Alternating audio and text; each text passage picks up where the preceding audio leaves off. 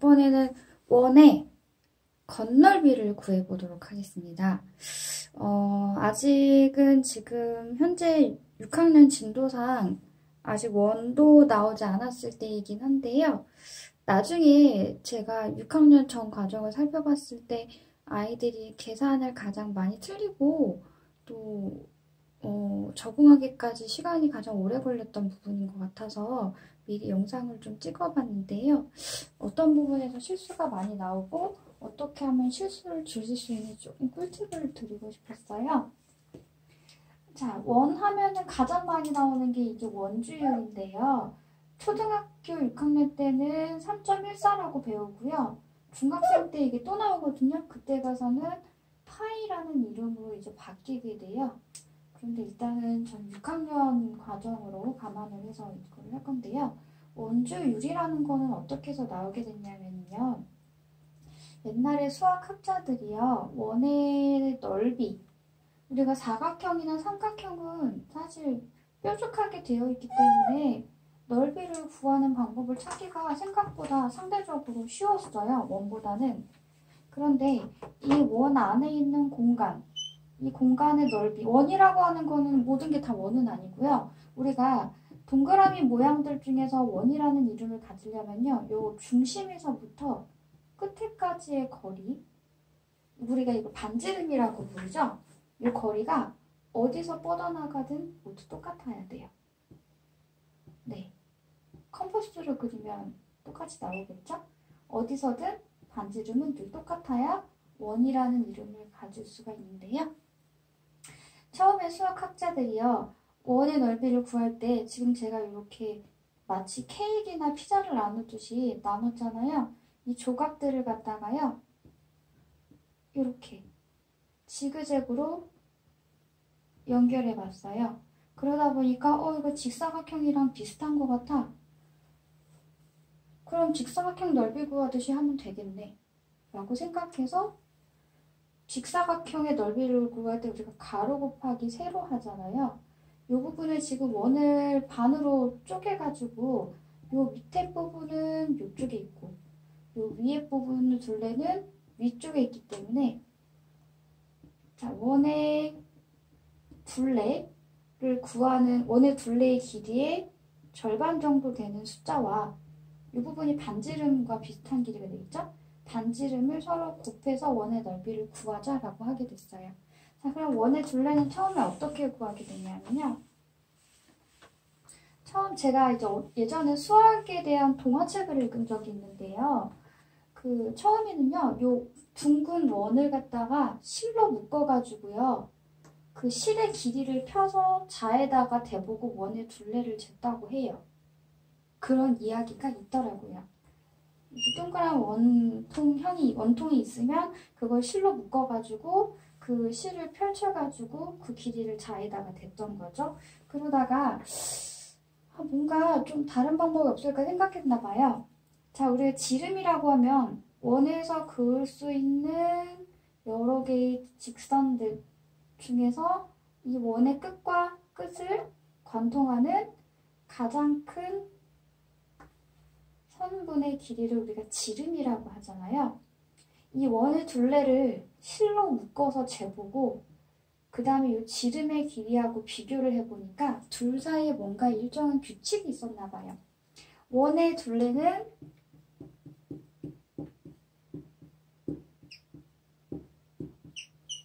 우리가 원주라고 짧게 줄여서 이제 부르고요.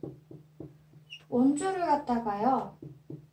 지름으로 나눠봤더니 계속 일정한 숫자가 나오는 거예요. 어떤 원이든 간에.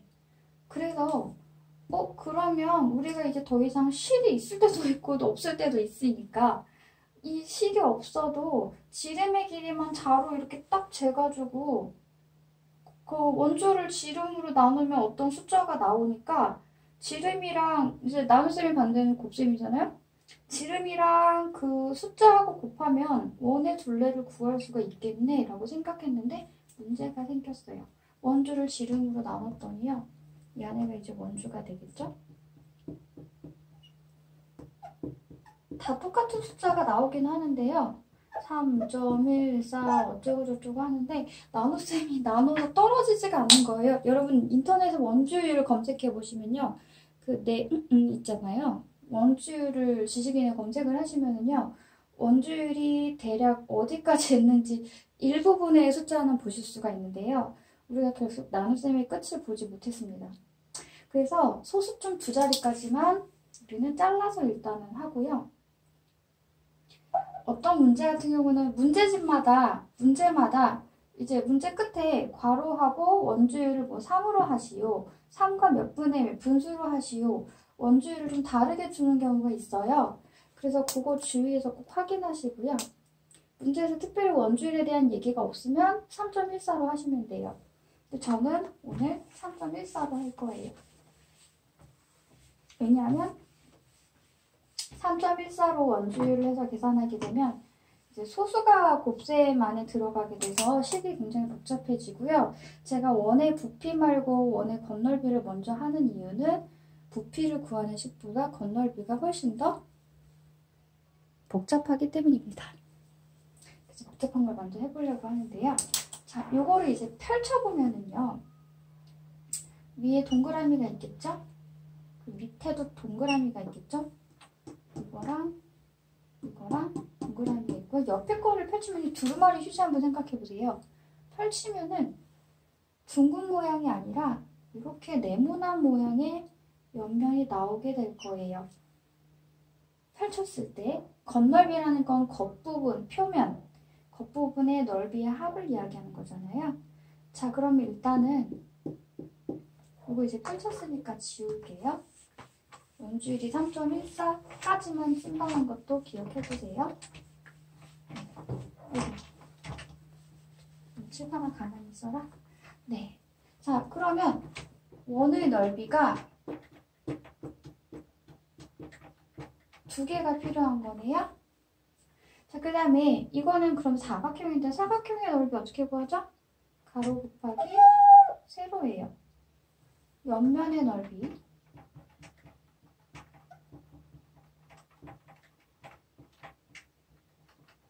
옆면의 넓이는 가로 곱하기 세로입니다. 그죠? 자, 원의 넓이는 어떻게 구하게 됐냐면요. 아까 선생님이 K인 얘기했잖아요. 그 교과서에 원의 넓이를 구하는 옛날식 방법이 이제 처음에 나오는데요. 처음에는 어떻게 했냐면요. 우리 그 깍두기 공책처럼 일정한 사각형들을 쭉 그린 다음에요. 그 안에다 원을 집어넣었어요. 네. 그러면 이 원이 조금이라도 닿는 부분 있죠. 조금이라도 들어가는 부분. 아주 일부분이라도 들어가게 된다면 여기도 들어가네요. 제가 이제 그림을 잘 못 그려가지고 근데 거의 대부분 이렇게 한 십자가 모양처럼 이렇게 나오거든요. 네, 요 겉에 부분 사각형의 넓이를 1일 하나당 1이라고 하고요. 그러니까 여기가 이제 1cm가 되겠죠? 1cm. 하나의 넓이를 1이라고 하고 겉에 거 사각형의 넓이를 구하고요. 그러니까 사각형의 개수가 곧 넓이가 되겠죠? 그 다음에 네모가 완전히 원 안에 들어가는 거. 이런 식으로. 완전히. 일부분이 아니라 완전히 들어간, 원래도 이것도 조금 십자가 모양처럼 나오는데 제가 모양을 대충 그려서 완전히 들어가는 것의 사각형 넓이를 구한 다음에요. 그 겉에 원이 다 들어가는, 조금이라도 들어가는 그 사각형들의 넓이의 합하고 그 다음에 안에 원이 이제 네모 안에 꽉 차는 작은 사각형들의 넓이를요. 더한 다음에 반으로 나눠주면요. 걔네들의 중간값이 나와요. 한마디로 평균을 구한 거죠. 하지만 정확한 원의 넓이라고 보기는 좀 힘들었을 거예요. 그래서 누군가가 또 아이디어를 냈나 봐요. 참 많이들 노력해서 하셨어요. 수학 연구하시는 분들은 그죠? 많이 노력했어요. 아까 얘기한 것처럼 케이크 자르듯이 원을 만약에 자른다면 실제로 잘라봤을까? 아니면 그냥 상상을 한 걸까?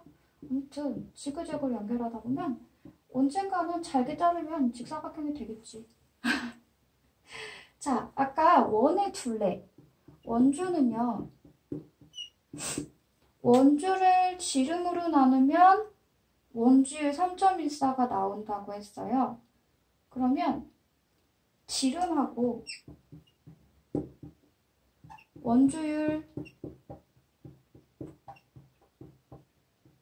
대부분 3.14 쓴다고 그랬죠?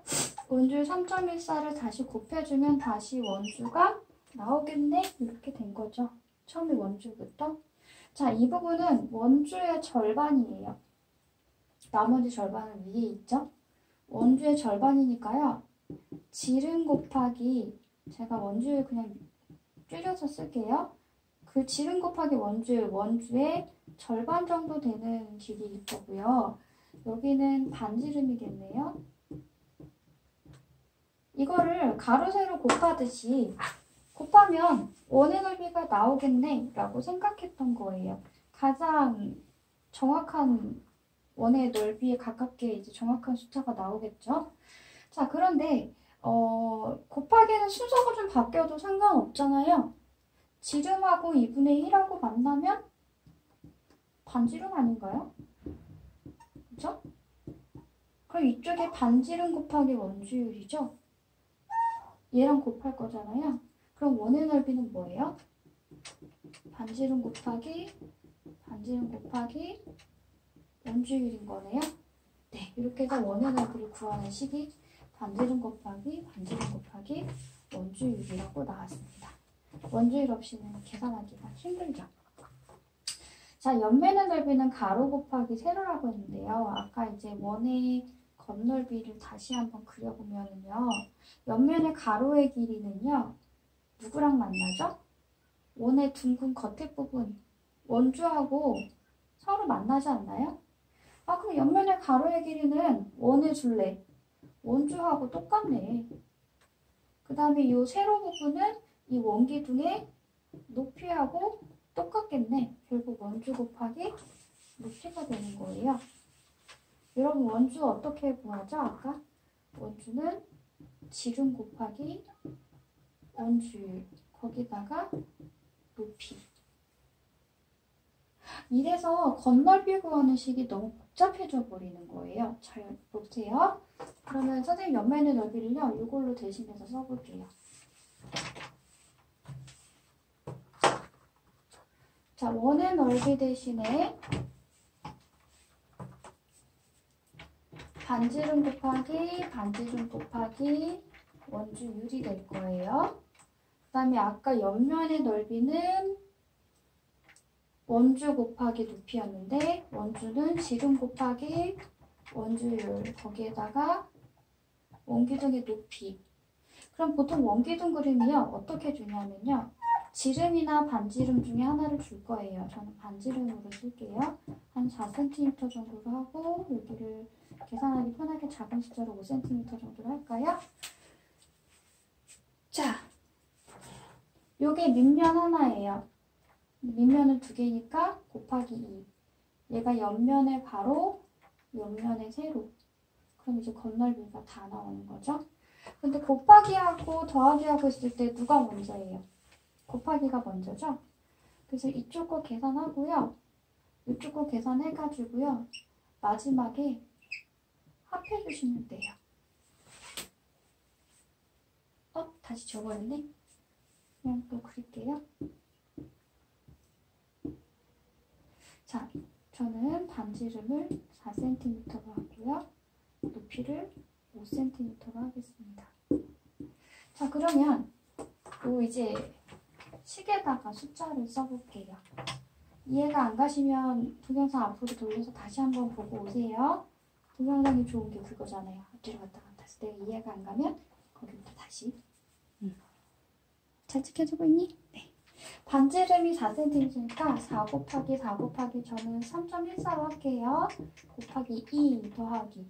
반지름이 4면은 지름은 2배. 8이겠네요. 곱하기 3.14 곱하기 높이 5.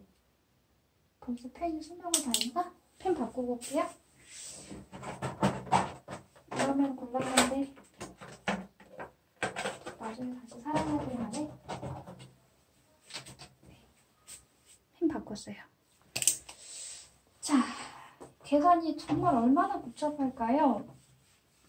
요거 계산하다가요, 그러니까 식이 부피 구하는 식은요, 제가 미리 말씀드리자면 밑면이 원이잖아요. 원의 넓이에다 높이만 곱하면 되거든요. 그래서 겉넓이를 구하는 식이 훨씬 복잡해요. 식을 우리가 외운다고 해도 계산하다가 숫자가 막 엉켜가지고 나중에 답하고 되게 비슷한데 조금 다른 숫자가 나오더라고요. 특히 이제 3.14가 껴버리면. 자, 4, 4, 16이죠? 16하고 2하고 먼저 곱할까요? 곱하기들끼리는 숫자 바뀌어도 상관없죠? 16 곱하기 2, 6이 12, 2이 3. 32에다가 3.14 곱해볼게요. 3.14 곱하기 32. 여러분 소수가 껴있는 곱셈 어떻게 하죠? 계산 314 곱하기 32 한 다음에 지금 소수점이 두 자리 있으니까 나중에 뒤에서부터 두 번째 두 칸 간 다음에 소수점 붙여주면 되죠? 자, 그러면 첫 번째 줄은 314 곱하기 2, 두 번째 줄은 314 곱하기 30이 되는 거죠. 마지막에 더하기 되죠. 자, 칸 딱 맞추고요. 여기 끝자리에 0 하나 미리 채워줄게요. 선생님 항상 이렇게 옆에다 써놓고 하거든요. 5, 6학년 친구들 잘 들으세요. 절대 암살하지 마세요. 다들 암살하다 망하더라고요. 미리 경고했어요.